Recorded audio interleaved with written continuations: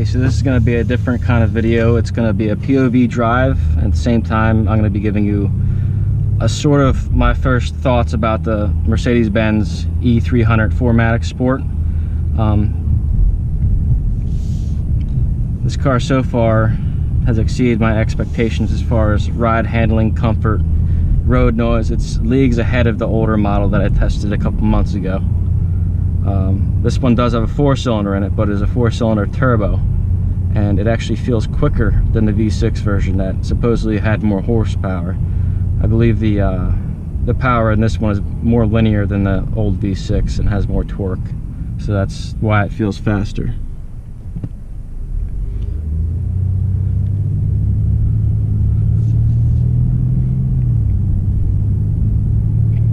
Now, I don't have the complete spec readout on this car yet. I'm going to be doing a more traditional review in about a week. So I'll have everything for you guys as far as tech specs and layouts and how things work on the car, an in-depth review basically.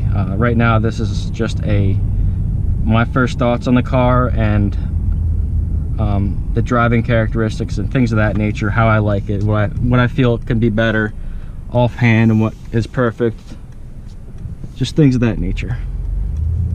So far I feel like the steering wheel in comfort mode, which it defaults to, is perfect. It feels great. You know, you're not going to get worn out when you're trying to drive this thing around town or on a long ride on the highway. The ride comfort's very good. This car does come equipped with adjustable dampers, which are adjustable through this dynamic driving program down here, and I will be testing that a little later in the review.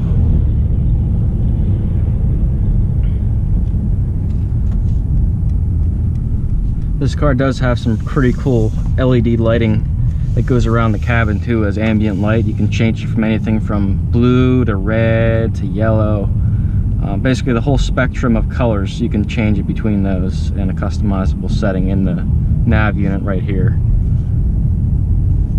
The transmission in this car, compared to last generation, is leagues ahead as well. It's a 9-speed automatic, and shifts are very smooth and clean no matter how hard you press on the gas, and the paddle shifter inputs are quick. I'm not going to say they're not lightning quick, but they're quick enough, and they're consistent enough where you can drive with the paddle shifters and be comfortable with them. You won't feel like you're sitting there waiting for a shift, or you know, nothing's going to happen. You're not going to have a feeling like you're going to try to upshift or downshift and nothing's going to happen. That's what the old version used to do, the old car. This one, you have a lot more confidence in your shifters in this one, which it's great. It really is.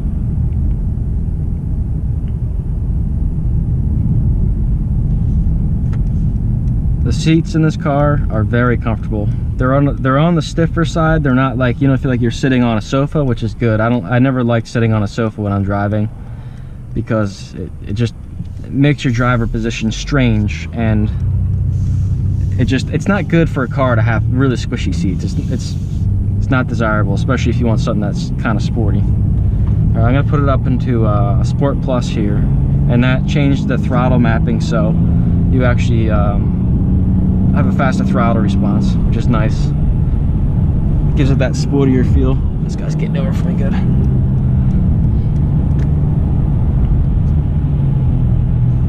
Like, as you can see there, the shifters are quick. They really are. The shifts are very quick with this car. It's not like a dual clutch shift speed, or even that Challenger I test drove. That thing's still a little quicker shifts, but it's not far behind that.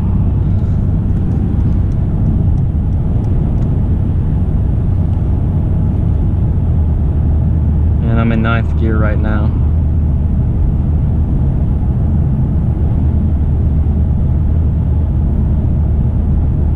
The guy trying to merge back in.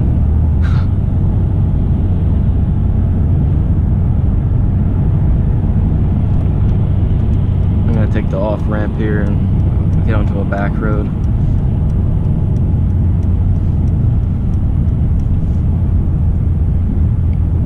And there's also an individual setting for you, and I have this one set to manual with sport steering and Sport Plus for the traction control system.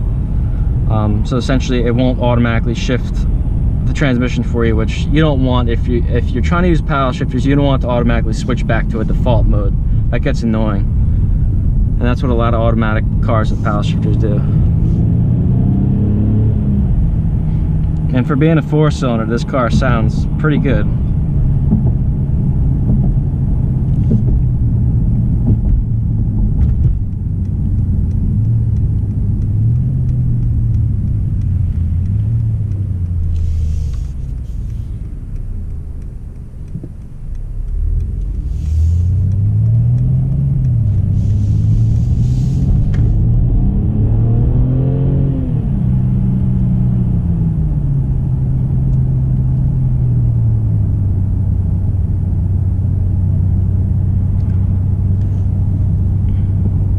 I'm gonna give ride comfort in this car an 8. It feels really good. It really does. It feels a lot better than an old car. The old car felt like it was undersprung and felt like the tires were too small. Every time you'd hit a bad bump or pothole, you almost felt like something was gonna break on the car. But this one, they did a much better job with the noise cancellation and noise damping, as well as the suspension and everything of that nature. It just feels like a better car. It really does. This was really needed for Mercedes. They really needed to step up their game in the suspension department, and they did.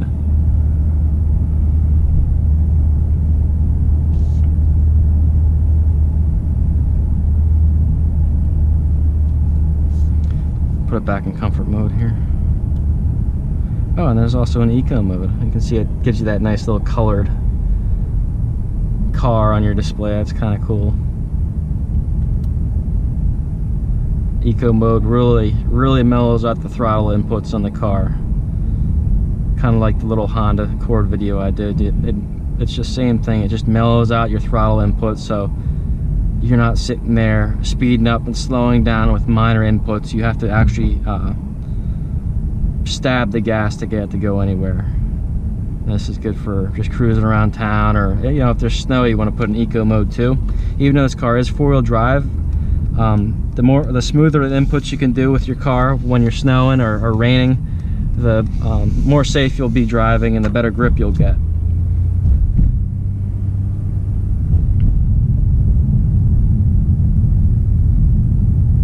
Now this car does come equipped with blind spot assist, and it'll show up in those little triangles on the side mirrors. If somebody's next to you, it'll be red, and when it's activated, it should be like an amber color. I don't know why this isn't on. I think it's off, but we'll cover that in the next video.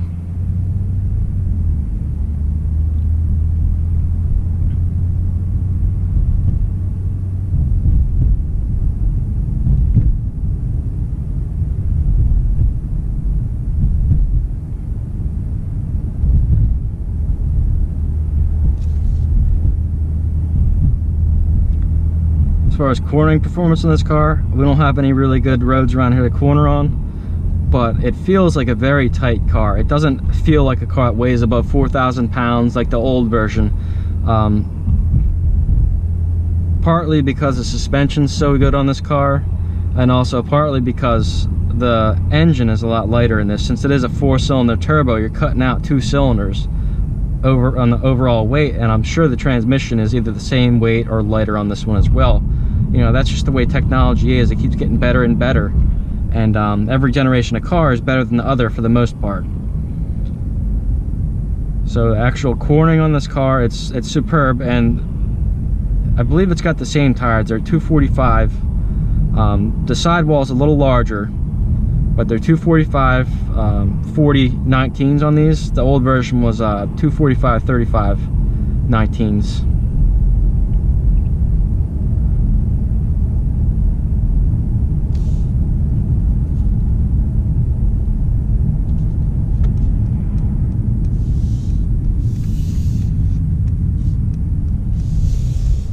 She's got a gas cap open.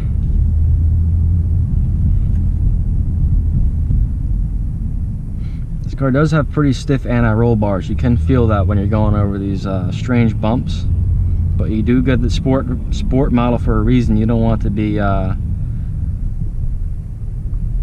having issues cornering, and you don't want to feel like you're yawing back and forth when you're going over bumps and trying to corner. That's not what you get the sport version for.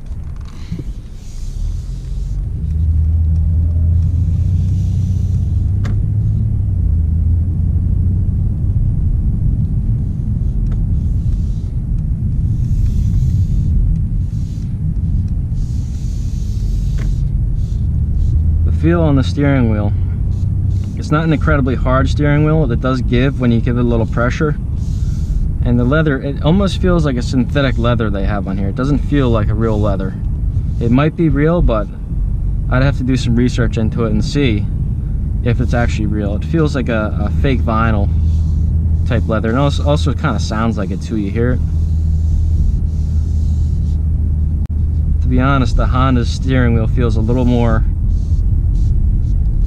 high quality, but they could have just done that for wear reasons, because I know the old version had like a really nice, the old E350 had a really nice steering wheel with like real wrapped leather around it. This one, I can't tell. It doesn't feel like real leather.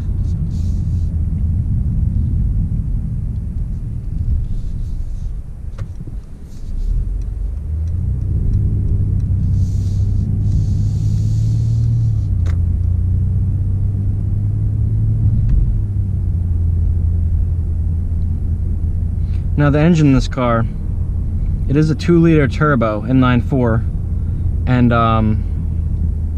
it supposedly has 270 foot-pounds of torque and 250 horsepower, but I believe they undercut those numbers slightly, just because usually you get equal horsepower and torque numbers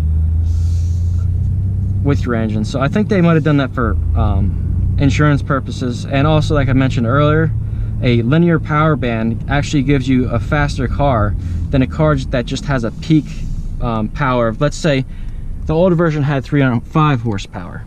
This one's got 240 or 250 horsepower. If you're making 250 horsepower from 2,000 RPM to 6,000 RPM, and then the 305 horsepower one you're only making from 5,000 RPM to 6,000 RPM, the one with less horsepower will actually be faster because you have a more consistent power band. And that's something a lot of people don't understand, is they say, oh, my car's got, you know, all this horsepower and it's only available for 1,000 RPMs. It's one thing people don't understand, is you need consistency to be fast.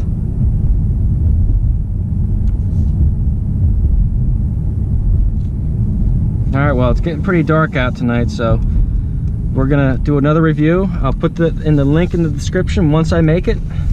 Hope you guys have a great day, a great holiday, and please subscribe and comment for more videos. Thank you. Bye.